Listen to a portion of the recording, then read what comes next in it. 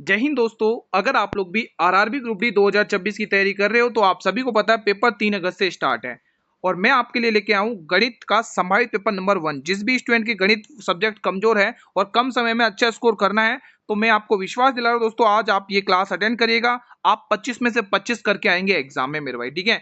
कोई भी डाउट नहीं रहेगा, हर एक मैथ के क्वेश्चन को हम जड़ से अच्छे से सॉल्व करेंगे और कम समय में क्वेश्चन को सॉल्व करेंगे मेरे भाई, ठीक है। अगर आप 25 में से 25 लेने की सोच रहे हो एग्जाम में तो ये क्लास स्पेशल आप लोगों के लिए ही बनी हुई है दोस्तों, ठीक है। तो चलिए आज इस बेहतरीन क्लास का एक्सपेक्टेड पेपर नंबर 1 हम सॉल्व करेंगे। तो लैपटॉप का अंकित मूल्य 65,000 रुपए है। लैपटॉप की 20% की छूट पर बेचा जाता है। यदि बिक्री से 30% का लाभ होता है तो आपको लैपटॉप का क्रय मूल्य बताना है। देखो दोस्तों, सीपी और एमपी के रिलेशन पे क्वेश्चन आएगा ही आएगा दोस्तों, ये ध्यान रखना दोस्तों, ठीक है। जब भी दोस्तों आपको छूट और लाभ जब भी देता है तो आपको हमेशा क्या करना है, कॉस्ट प्राइस एक तरफ लिखना है और एक तरफ एमआरपी लिखना है, ठीक है। तो उसने देखो आपको कितने परसेंट का डिस्काउंट दिया, 20% का, तो 100 माइनस डिस्काउंट लिखना है तो यहाँ पर 80 आ जाएगा, ठीक है। और एमआरपी में जब भी आपको लाभ देगा तो 100 प्लस प्रॉफिट होता है तो यहाँ पे 130 का मान आ जाएगा।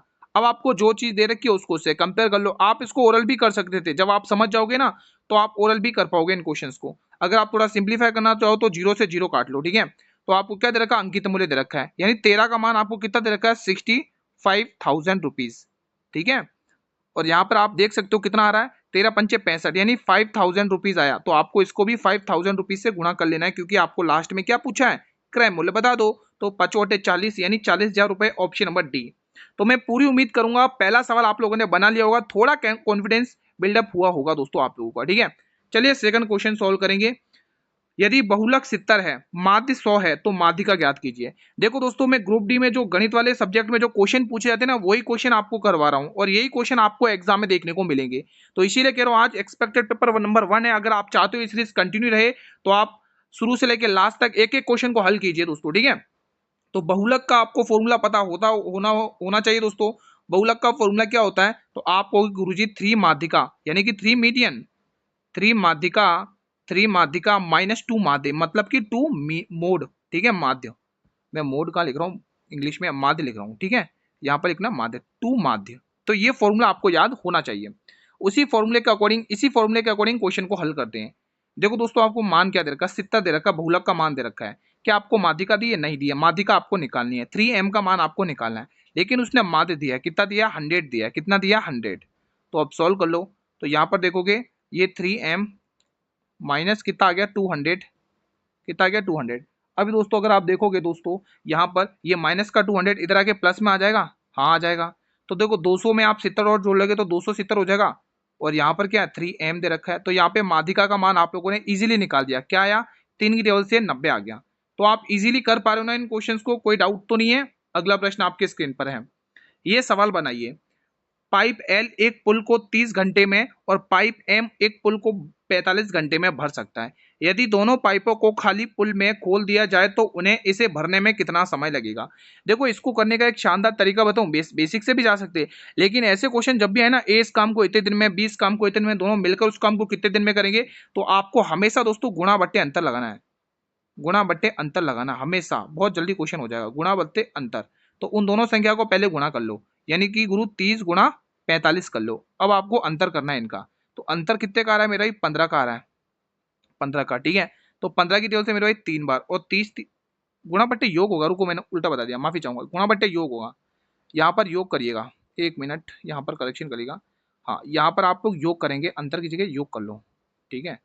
गुणा बट्टे योग क्या लगाना है, गुणा बट्टे योग, जब भी ऐसा क्वेश्चन आएगा तब, ठीक है मेरे भाई। तो गुणा कर लो इन दोनों संख्याओं का, 30 गुणा 45, ठीक है, और इनका योग कर लो, 40 30 70 75, ठीक है। 15 की टेबल से काटो, 15 की टेबल से 3 बार, 15 की टेबल से 5 बार और 5 की टेबल से 6 बार और 6 × 18, यानी कि उनको 18 घंटे भरने में लगेंगे दोस्तों, ठीक है। 18 घंटे का समय लगेगा। चलिए अगला क्वेश्चन, अगला क्वेश्चन बताइए, क्वेश्चन नंबर 4।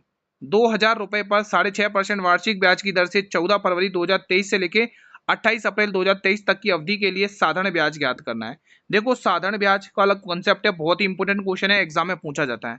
आपको पहले समय निकालना है, 14 फरवरी से 2023 से लेके 18 अप्रैल 2023, मतलब कि आपको दोस्तों 14 दिन तो आपको फरवरी के मिल गए, ठीक है भाई। और फरवरी के बाद मार्च के 31 दिन मिल गए, ठीक है। और 28 दिन आपको किसके मिल गए दोस्तों, यहाँ पर अप्रैल के मिले। टोटल कितने हो गए, 8 4 12 13 का 3 कैरी 1, 3 तो 5 6, यानी 3 तो 5 और 1 6, 8 4 12 13, कितना हो रहा है? 14 दिन तो आपको फरवरी के मिल गए, 31 आपको मार्च के 28 दिन यहाँ पे, 8 और 4 12 13 का 3 कैरी 1, 3 तो 5 6 और 1 7, 73 डेज। अब देखो दोस्तों ये दिन है, आपको महीने में साल में बदलने के लिए 365 से क्या करना पड़ेगा? क्या करना पड़ेगा मेरे भाई? भाग देना पड़ेगा, भाग में लेना पड़ेगा, ठीक है। अब आपको पता है कि साधारण ब्याज क्या होता है? दर गुना समय बड़ा साधारण ब्याज होता है, ठीक है। तो धनराशि कितनी है मेरे भाई? 2000 रुपए की है, 2000 रुपए की, ठीक है। अब यहाँ पे कितना रेट कितना? 6.5, आप पॉइंट कटोगे नीचे 100 और सॉरी 10 और नीचे फॉर्मूले का 100 तो लगा हुआ है, ठीक है। और यहाँ पर देखेंगे आपको जो दिन निकला है वो है 73। अब इसको साल में बदलने के लिए 365 से करना पड़ेगा भाग, ठीक है। चलो अब क्वेश्चन को सोल्व करते हैं। तो यहाँ पे देखोगे ये 365 का दोस्तों 1/5 होता है। 365 73 कम 73, 73 पंचे 365, 5 की टेबल से काट लो, ये 13 बार जाएगा। कितनी बार? 13 बार जाएगा मेरे भाई। कितनी बार? 13 बार। और 3 जीरो से ये 3 जीरो गए, 13 दूनी 26 रुपए। तो यहाँ पे 26 रुपए का ब्याज मिल जाएगा। अगला सवाल बनाइए, आपको बहुलक ज्ञात करना है। तो दोस्तों अधिकतम संख्या क्या? अधिकतम बार जो रिपीट हो रहा है वही आपका बहुलक है ऐसे क्वेश्चन में, ठीक है। तो यहाँ पे देखोगे यहाँ पे 2 एक बार है, 2 2 बार है, 2 3 बार है, 3 एक बार है, 3 एक बार है, 3 3 बार है, ठीक है।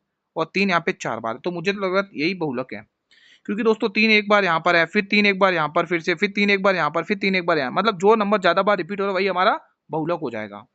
चलिए ये सवाल बनाइए। देखो बेईमान दुकानदार वाला कंसेप्ट आता ही है एग्जाम में। तो आपको पूछा 1 kg के स्थान पर 900, तो आपको बस ये ध्यान रखना कॉस्ट प्राइस और सेलिंग प्राइस। आपको प्रॉफिट प्रतिशत पूछा है, ठीक है, लाभ प्रतिशत।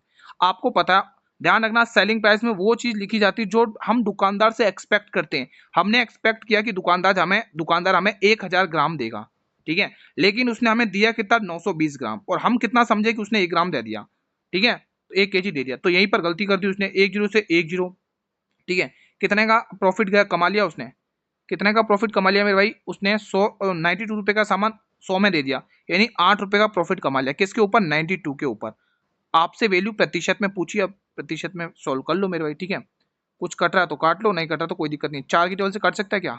बिल्कुल, 4 की टेबल से 2 बार जाएगा। 4 की टेबल से 4 दूनी 8, 4 तिया 12, तो 200/23 आया। कितना आया? 200/23 आया। तो 200/23 का मतलब यहाँ पे देख लो कितना आएगा, ठीक है। यहाँ पे इसको भाग करके देखो, 23 अट्ठे कितना होता है? 184 का, 184 का कितना होगा? 4 होगा, ठीक है। 184 का 4, 23 अट्ठे 184 होता ना, कोई दिक्कत तो नहीं है, ठीक है भाई। 23 अट्ठे 100 यानी 8 पॉइंट के समथिंग आएगा। 184 कितना बच रहा है? 200 में से 184 के 16, यानी पॉइंट लगा दो, 160 हो गया। और 23 सत्ते 161 होता है, सत्ते में 161 हो रहा है तो छक्के में जाएगा, 8 छक्के। तो यहाँ पे 23 सत्ते 161 यानी 8.7 के समथिंग कुछ आएगा आंसर। मुझे तो ए और बी वाला ऑप्शन लग रहा है, ठीक है दोस्तों, मुझे यहाँ पे बी वाला ऑप्शन लग रहा है, बी वाला आएगा 8.70 के समथिंग आएगा आंसर, ठीक है। चलिए अगला क्वेश्चन आपके स्क्रीन पर आ चुका है। ये सवाल बनाइए, शानदार क्वेश्चन है ये वाला। 360 रुपए में एक कालीन को बेचने पर एक व्यक्ति को 10% की हानि हुई, तो 20% का प्रॉफिट कमाने के लिए उसे उस वस्तु को किस कीमत पर बेचना चाहिए? ये तो फेवरेट क्वेश्चन है ग्रुप डी का। 10% की हानि हुई यानी सामान को 90 पर बेचा। अब वो कितने का प्रॉफिट चाहता है? 20 का प्रॉफिट, यानी 120 का मान उसको निकालना है। बस इतना सा काम करना है, सॉल्व कर लो।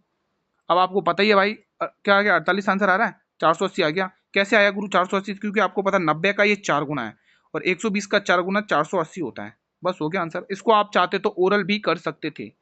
ये बताइए, 3 संख्याओं का अनुपात ये रहा, उनका लघुत्तम समापवर्तक ये रहा, सबसे बड़ी और सबसे छोटी संख्या के बीच का अंतर पूछा है। देखो दोस्तों वो 3 संख्या ये रही, 5x, 7x और यहाँ पर दे रखा है 9x। अब आपको ध्यान रखना है इनका लघुत्तम समावर्तक, तो इनका एलसीएम क्या होगा? बताइए, किसी को पता है इनका एलसीएम कितना होगा? तो इनका ही मल्टीपल होगा, क्योंकि दोनों किसी की टेबल में कट ही नहीं रहे, ठीक है। तो 9 सत्ते 63 और 63 का 5 गुना कर लेना है ना, यानी 60 + 3 और 60 + 3 56, 300 और 5 53, 315। इसका क्या आ जाएगा? एलसीएम आ जाएगा। कितना आएगा? 315।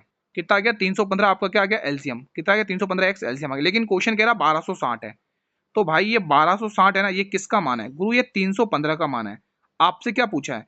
आपसे क्या पूछा उसने? आपसे ये पूछा सबसे बड़ी संख्या और सबसे छोटी संख्या। सबसे बड़ी संख्या क्या है? 9x है, और सबसे छोटी संख्या क्या है? 5x है। इनके बीच का अंतर कितने का आ रहा है मेरे भाई? 4x। तो आपको 4 का मान पूछा है, तो 4 का मान अगर आप ऑप्शन से जाते तो सारे मल्टीपल 4 के ही हैं। अब आपको यहाँ सोल्व करना है मेरे भाई, ठीक है। तो ये इसका कितना गुना दिख रहा है? ये इसका 4 गुना है, 315 का ये 4 गुना है, तो 4 चौके 16, ऑप्शन नंबर सी, ठीक है। शानदार क्वेश्चन था।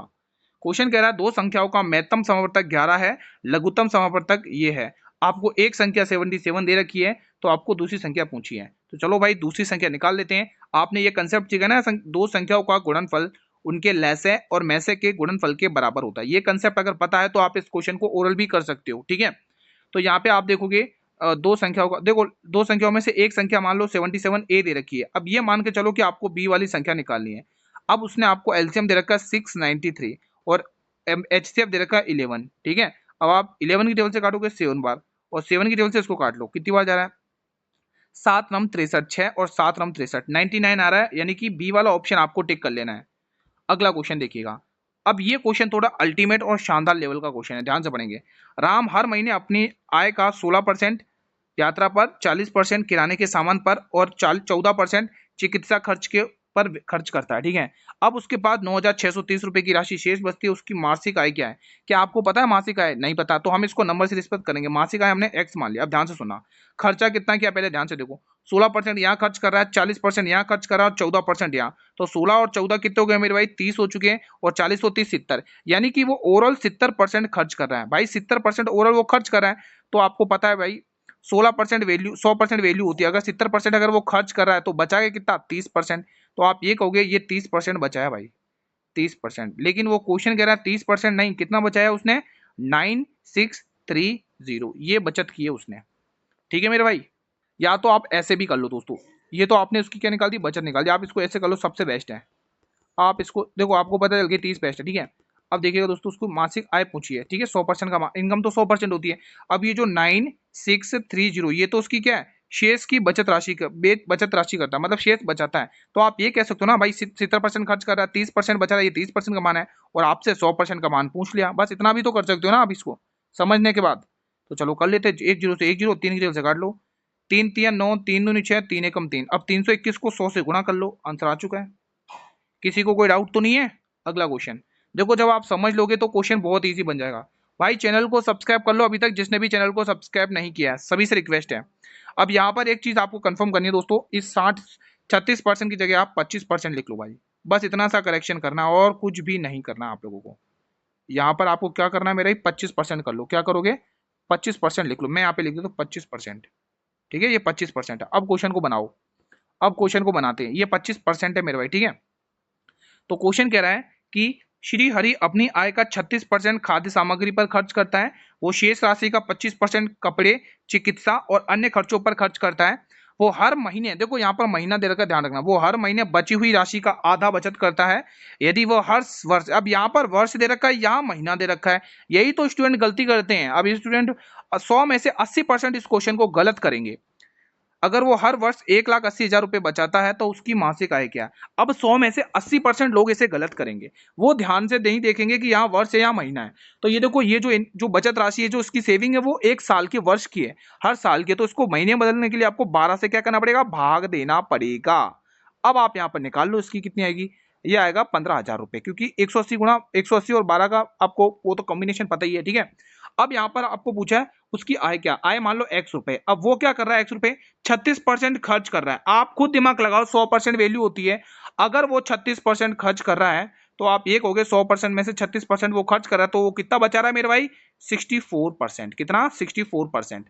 अब आगे और अगर आप चाहो इसको मतलब कि इसकी सिंप्लीफाई वैल्यू करके भी लिख सकते थे, रेशियो वैल्यू जो 16/25 होती है, ठीक है।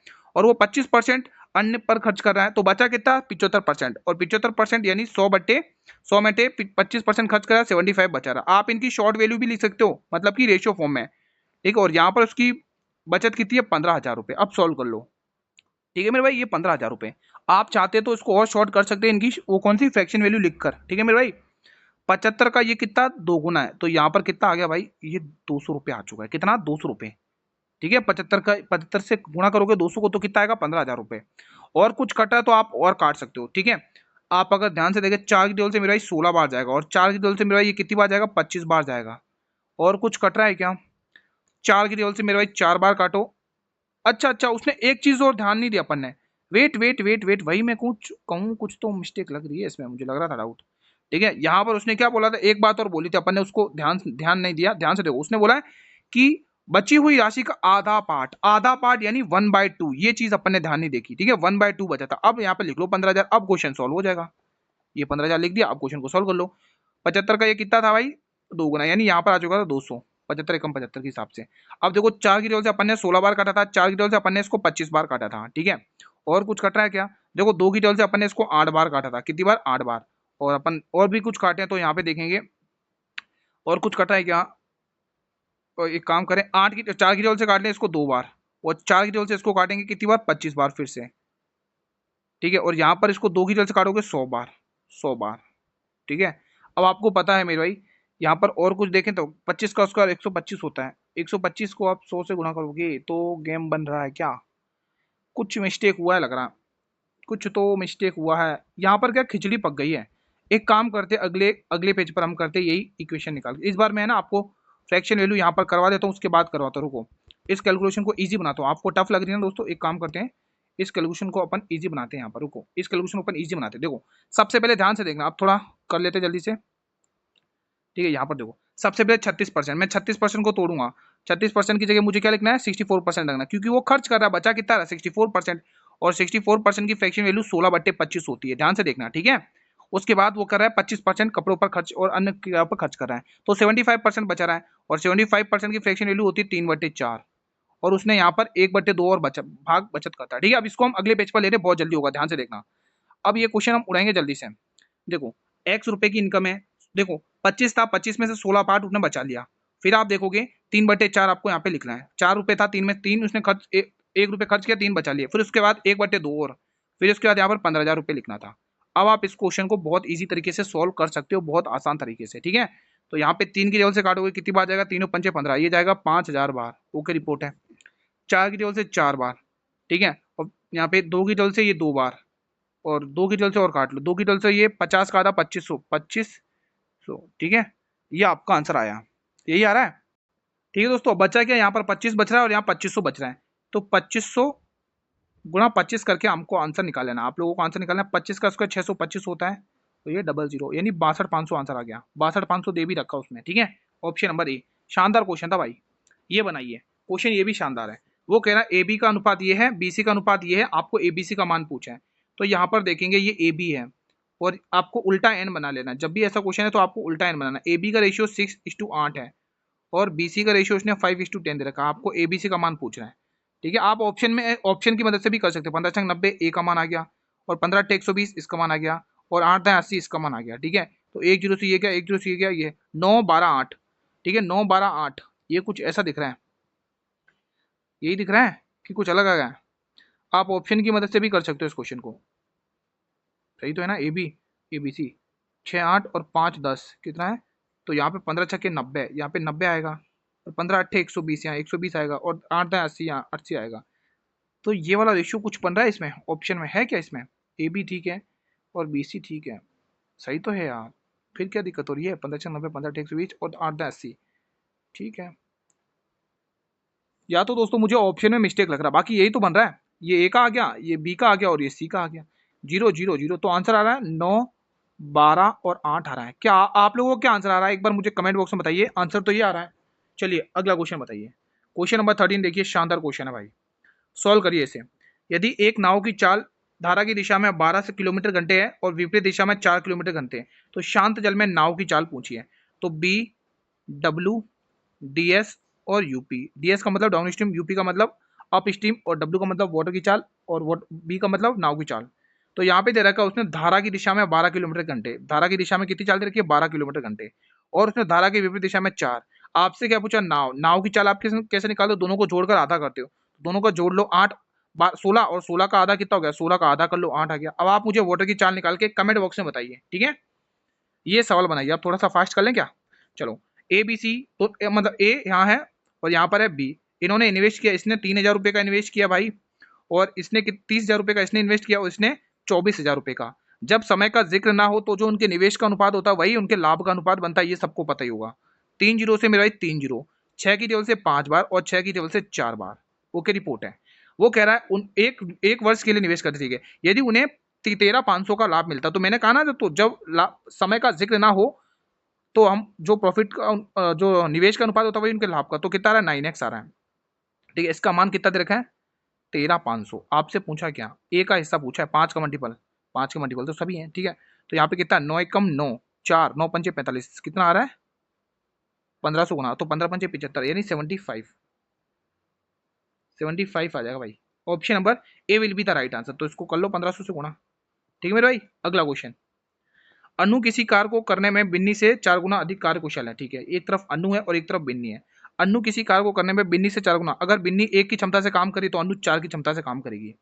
वे एक साथ मिलकर उस कार्य को 12 घंटे में, अगर उनकी क्षमता देंगे तो 5, और 5 को अगर 12 से गुणा करते तो उनका टोटल काम आ जाएगा गुरु 60। उसने आपसे पूछा क्या, अनु अकेले उस काम को कितने घंटे में करेगी। 60 काम है, अनु की क्षमता 4 है गुरु, वो इस काम को 15 दिन में लपेट देगी, 15 घंटे में। ऑप्शन नंबर डी ये बनाइए। 8 सालों में साधारण ब्याज की दर से किसी धनराशि को अपने आप की दुगनी बनाने के लिए वार्षिक ब्याज की दर कितनी होगी। दर गुणा समय बराबर साधारण ब्याज होता है। अब ध्यान से सुनना, उसने बोला अपनी दुगनी बनाना है, दुगनी का मतलब 100% ब्याज। ठीक है, और साल कितना दे रखा 8, तो यहाँ पे 12.5% की रेट आ जाएगी। ऑप्शन नंबर, इसको इससे काटोगे तो कितना आएगा 12.5%। तो ये कंसेप्ट भी आपको सीखने होंगे, आपको डेली प्रैक्टिस करोगे तभी इतनी जल्दी कर पाओगे। ठीक है मेरे भाई। एक राशि 10 सालों में चक्रवृद्धि ब्याज पर अपने आप का दोगुना हो जाता है। भाई 10 सालों में ये धनराशि दोगुना हो रही है। ठीक है भाई। अब वो कह रहा तो वही ब्याज दर पर उसी उसी कितने वर्षों में अपने आप की 16 गुनी हो जाएगी। 16 गुनी का मतलब क्या होता है, 2 की पावर कितनी होती है, तो आप 2 की पावर 4 कर सकते हो। हाँ कर सकते हो, तो 4 को 10 से गुणा कर लो, 40 साल लग जाएंगे। ये भी इजी है। ये बताइए, दो ट्रेनें जिनकी लंबाई 250 मीटर है, समांतर पट्टियों पर विपरीत दिशा में, जब विपरीत दिशा में चलती है तो चाल भी जुड़ती है और लंबाई भी जुड़ती है। ठीक है, एक दूसरे को 90, एक की 90 किलोमीटर चाल और दूसरे की गति 60 किलोमीटर, तो वे एक दूसरे को पार करने में कितना समय सेकंड का समय लेंगी। तो जिनकी प्रत्येक लंबाई, हर एक की लंबाई 200 250 है दोस्तों, ध्यान रखना, हर एक की लंबाई, तो 250 250 500 हो जाएगी। ये 500 दूरी बट्टे चाल होता है ना, समय का मतलब क्या होता है दूरी बट्टे चाल, और गति कितनी है 90 और 60 150, ये किलोमीटर घंटे में, तो मीटर पर सेकंड में 5/18 से मल्टीप्लाई करना पड़ेगा।